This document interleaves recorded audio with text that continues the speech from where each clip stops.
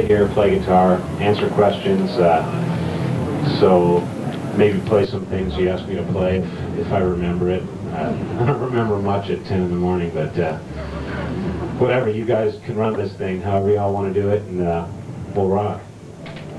So let me just get warmed up a little bit.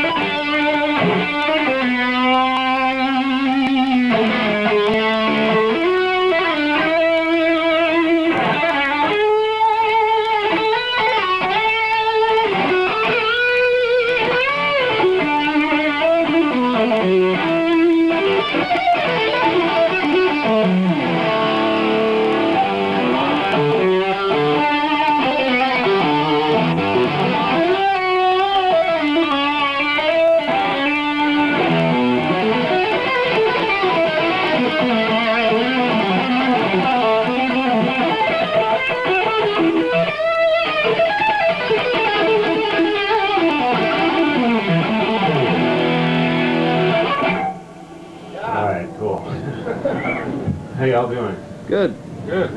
Anybody have any questions or anything? Okay. What's that? What do you say? Let's play. Let's play? What's this let's thing? You want to come up and play? Let's jam, dude. Oh, just me play? Okay. Play some more.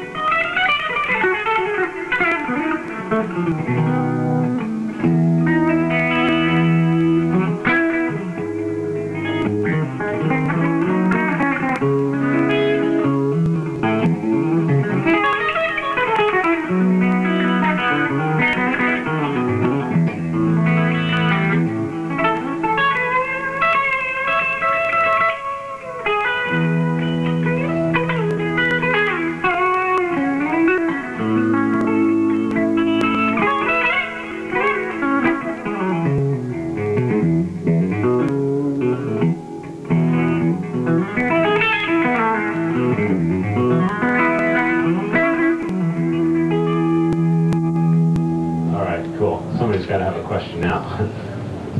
Are you classically trained a lot? No, not really. I mean, semi. My ears are more trained, I think, than my brain is, as far as technically knowing what things are, and having a lot of experience with classical music. But I really like classical music, but I haven't really technically studied it, so to speak. Other questions? Questions? Yeah, there you go. You have perfect pitch. Perfect pitch? My ear has perfect pitch, but my hands don't. If you know what I mean. I can definitely hear anything that's the slightest bit out of tune, but I try to play that way, but sometimes, you know, it's hard to play perfectly. Yeah, but I can definitely hear well enough when something needs to be done again, for example. Other questions? When you go into the studio, how do you go about writing your guitar solo, structuring them? Do you just improvise and then go back and figure it out? Both ways, yeah. A lot of times I like to improvise and figure it out later, you know, because sometimes you just get that inspiration when you hear the music. Usually what happens is I'll improvise and then, like, I'll think a little bit more. I'll look at the bullshit solo that I improvised and I see what kind of landscape it has to it, you know, and then I say, well, you know, maybe if I start off with something like this and change the middle here and change a little of that, you know, I do a lot of improvising at first, and then once I have a rough skeleton, kind of a crap solo going, then I really start to get into details. And by the time it's finished, it seems really worked out, but just by the way I play naturally, I follow a lot of chords and stuff, so when you follow chords, stuff sounds worked out where, even though it might be improvised. Other questions? More questions? More questions. Guys with the video cameras gotta have a question. Yeah, I do. Actually, when you and Dave are writing, let me take this out. Right here. When you and Dave are writing, is it more or less, how do you go about it? Do you have like a lot of inspirations, like, or any of the, on the new album that you have, or any of them the ones that you wrote, as far as that goes? The way I write with Dave is, usually he comes up with a basic riff, like the rhythm or something like that, and the basic background of the song. And I come up with little melodic changes and twists and turns and fills and textures and little things that make the chord changes maybe more melodic and more unusual, so to speak. You know, and sometimes I do quite the opposite. I play something that makes something he writes sound more normal. Because a lot of this stuff is like really whacked, you know, when he comes up with a riff. Like, for example, on Trust, his riff is something like... His riff is something like this.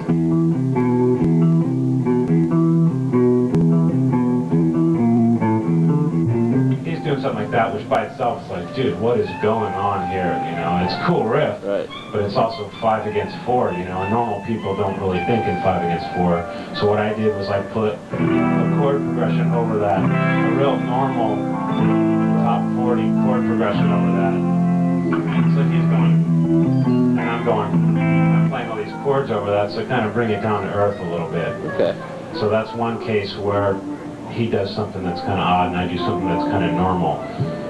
That's usually what I do when I write. You know, I don't really like to write from the bottom up. I like to start with something that's already there. And since Dave has always got like tons of riffs and stuff, there's no lack of material for me to add to. Thanks. Another question? What do you think of hard rock in LA these days? What are you going to do about it? What am I going to do about it? Good question. How can you help? You know, LA doesn't represent the rest of the country, unfortunately, because it's an industry city. You know, that's why this type of thing's here. It's an industry city, and so is New York. So that's why radio in those two cities are different from the rest of the country. Like, if you go to any other normal city like Phoenix or Cleveland or Chicago, they got rock radio, they got rock gigs going on, rock is still alive. But here it's like everybody's trying to out-trend the other person, you know, so the radio reflects what's going on.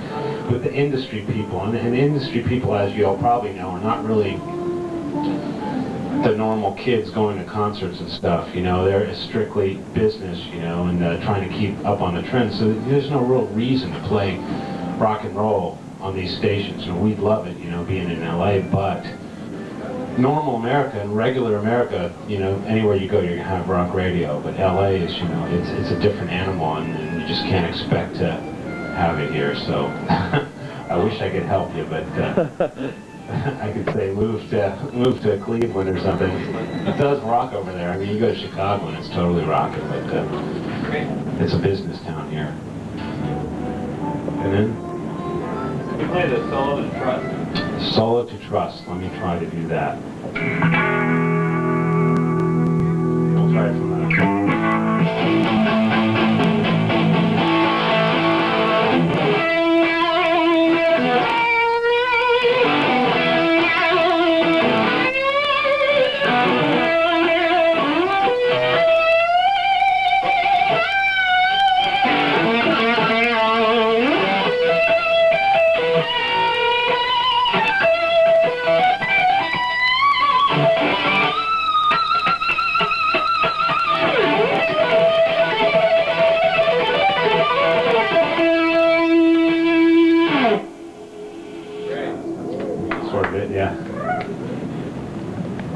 Why Jackson? Why Jackson? Good question, being that we're in the Jackson booth.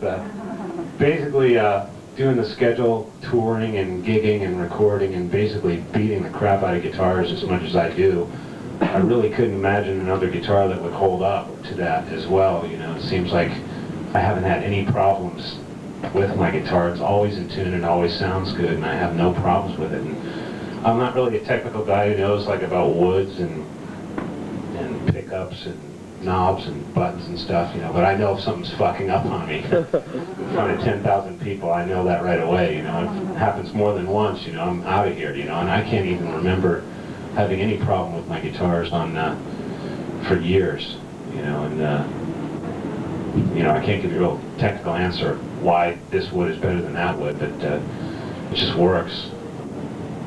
Marty, at the beginning of Take No Prisoners. Fuck, I knew somebody was going to do that. Shit, bro. What, are you one of Nick's friends? No, Cheese friend. Whose? Cheese. Okay. I don't think I know that intro, but I'll... Yeah, yes.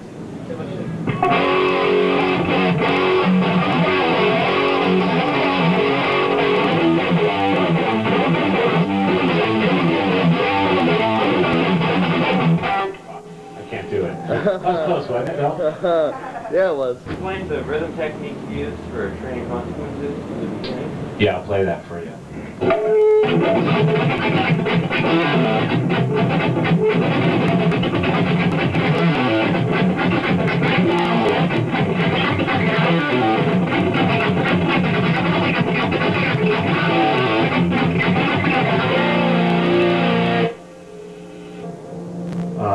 It's basically just strumming.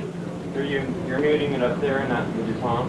I'm muting it mainly with my palm, but I'm also muting it here just to double be safe. You know, muting is not my strongest suit, so I'm just muting the hell out of it to make sure it dies. Yeah.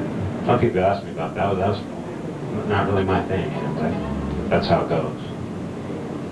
Other questions? How about the solo for Skin of My Teeth? Solo for Skin of My Teeth. Let's try that.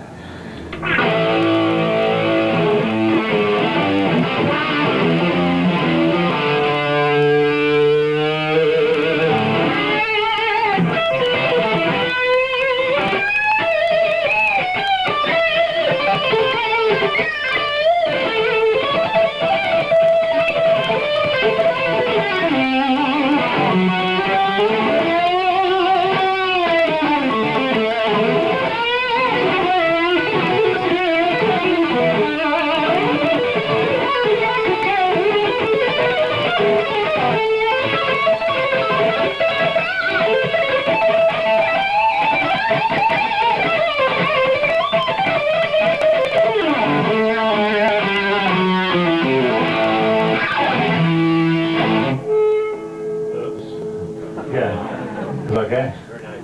Thanks. Other questions? How's like your love with Japan? Like, have you heard anything like from Japan, like in like hearing koto music and things like that, influence your playing at all? Yeah, a lot before. You know, I really thought the sound of that was an interesting thing to add to guitar playing. You know, and just because you should know the way certain instruments sound. Not that I want to go into a big koto solo during a Megadeth. Well, no, but I'm like saying like the influence on that, on the Japanese culture, things like that, influence your playing. Oh yeah, Guitar. especially music over there, because over in Japan, music is a bigger thing over there than it is here in America. You know, like everybody at least knows something about music or has done it in school from when they were little. You know, here it's a little bit less. You know.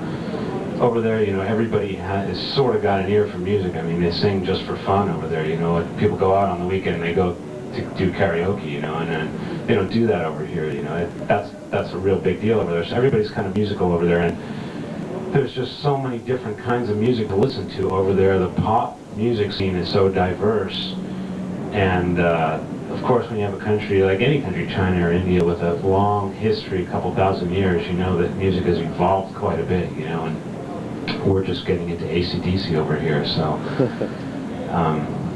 it's really a well of information to go to any foreign country and kind of dip into what makes their music tick. Other questions? You are the Angels from the Dust.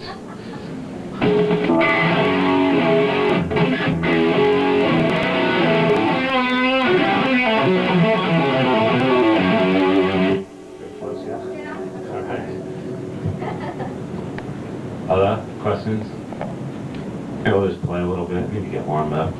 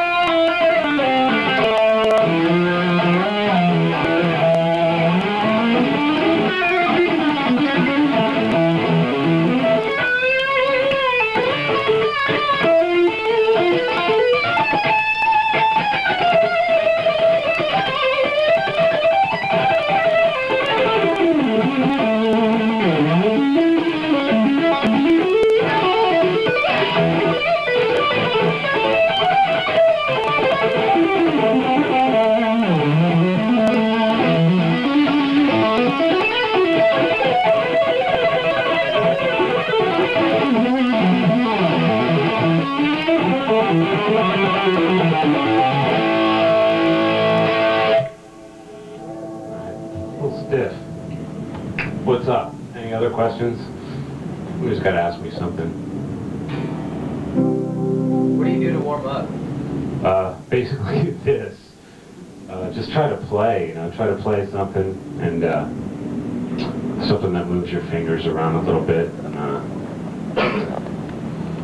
just anything, you know. Doesn't really matter, just playing it all warms you up, you know, and I think I'm pretty guilty of not warming up enough, you know. I like to just go in and play. I don't like to sit around warming up, you know. And doing gigs all the time, you know, you rarely have time to properly warm up, you know, with a routine of chromatic scales or whatever. So usually it's just you hand you your guitar and you go play, and then I don't think that's the most healthy thing to do, so I try to warm up when I can, but I don't really have a set thing of what I do. I like to just come in and kind of face the pressure of just having to jam cold and fuck up a few times, you know, and get loosen up and all that. I used to read your article at Guitar School, the full shred. It stopped being in there. Whatever. Do you have any more? It's in Guitar World now. Guitar World? Yeah. All you have to do is change magazines. All right, cool. I noticed, like, in most of your playing, you rarely ever tap. Do you not like tapping, or? Even more than rarely ever, never. Yeah. You just not like it? I'm not good at it. I don't like the way it looks. Don't really care for the way it sounds, and just never have that. There's so many other guys who do that so well, you know, why should I even? It's just not something that I hear. Good question now. Elvis never tapped.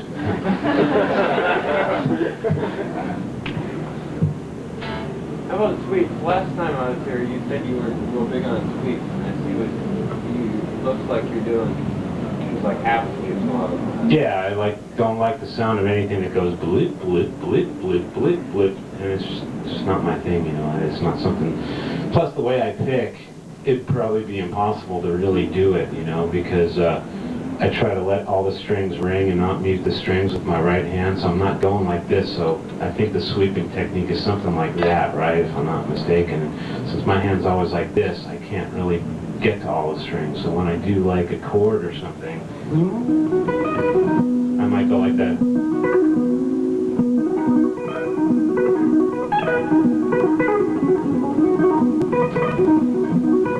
I don't really do anything that goes up, down, up, down. I kind of mix it. You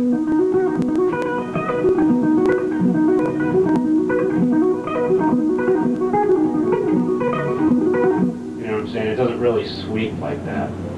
I try to do something that I can get in and out of easily, you know, and not do all 4s and 8s and 12s and 16s, like the numbers to be odd sometimes. Other question?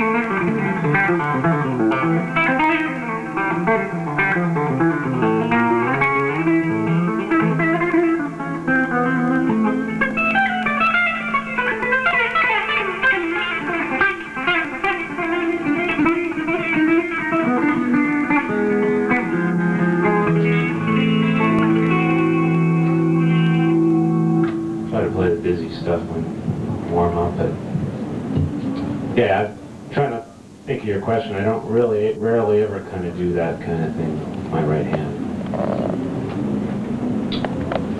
Other questions, comments, complaints? Jason Becker. Probably be answering this a lot today. I wish he was doing better. You know, he's got very serious disease, and he's still alive, and he's still got a great attitude, and he's still trying to write music. It's very, very difficult, you know, but I'm telling him often that he's got a lot of fans around the world that are hoping that he gets better soon, you know, so he's got a really good attitude.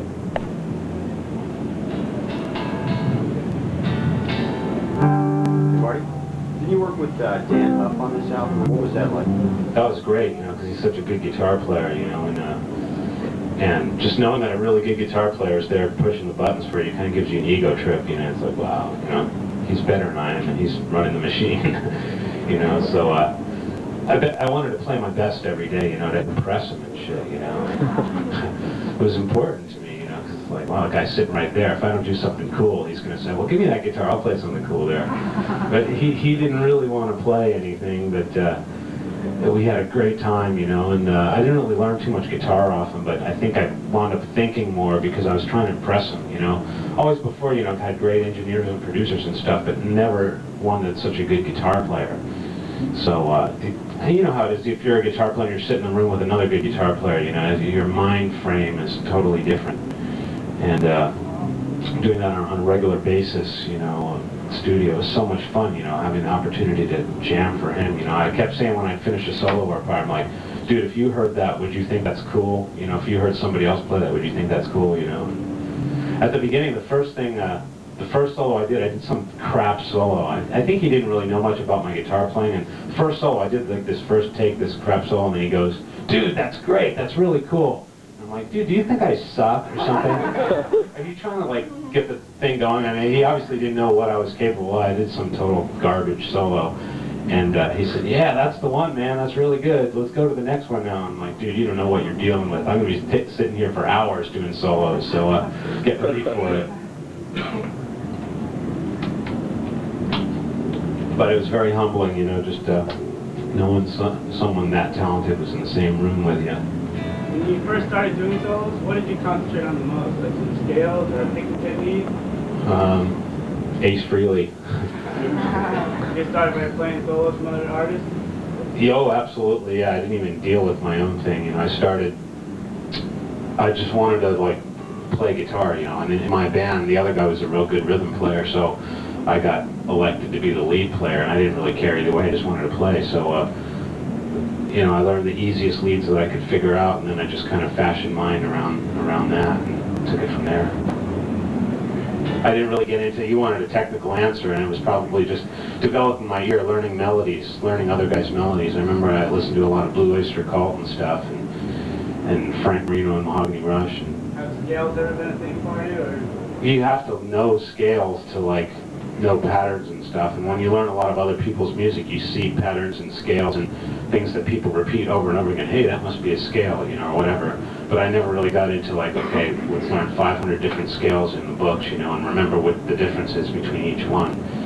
And so that's a bad thing and a good thing. The good thing is I don't get locked into playing stuff that sounds like scales. The bad thing is sometimes if you're lazy, you know, you can say, oh, I'll just go into this scale and solo over it, and it sounds good, you know. I don't really have that. I have to always think and play melodically.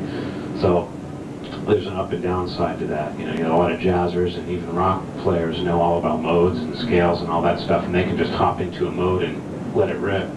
But I'm not really that kind of player, you know. I really try to melodically match what's going on musically. So what is your basis in theory? My basis of theory is just my ear. Try to do something that is something that would be sung. I mean, I don't think a guitar, in rock context anyway, I'm not talking about jazz or anything else, I'm in a rock band, so I think it's got to be something that can be sung, that if it were a voice, it would have the emotion of a voice, and at some point might contain something that will impress people, possibly. I mean, that's the least on the list. Most important thing is that it's like a voice, like a human element to it, because, I mean, first thing I'll get cut out of a song is a solo. You know, if you have a hit song, you know, first thing the record company's going to do is cut the solo out.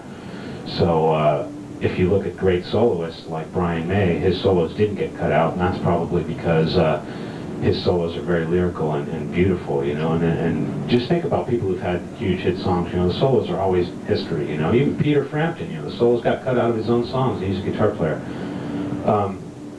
Bryan Adams, #1 song, solos still intact, you know, what does that tell you? You know, a great soloist.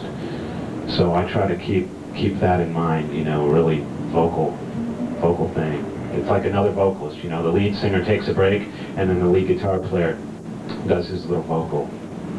But I was referring more to music theory as, because you seem to conflict saying, like you do all of the exotic kind of right, that stuff. And then you say, well, I don't know what I'm playing, though. So well, I know, but I don't actually have music theory background, or you... Well, see, I know if I'm playing an A and then I hit that note, there's a flat fifth there. I know that much, and I know where my target notes are, but I couldn't tell you like the history of the name of the mode of the scale that I'm alluding to, because sometimes in a passage I might allude to more than one scale. Like one passage that comes to mind goes somebody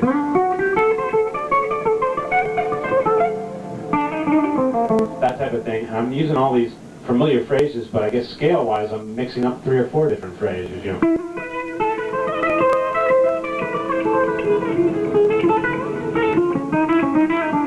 There's notes that sound like bad notes in there, but if I slide over them fast enough, they sound cool. But I try not to do something that sounds like this.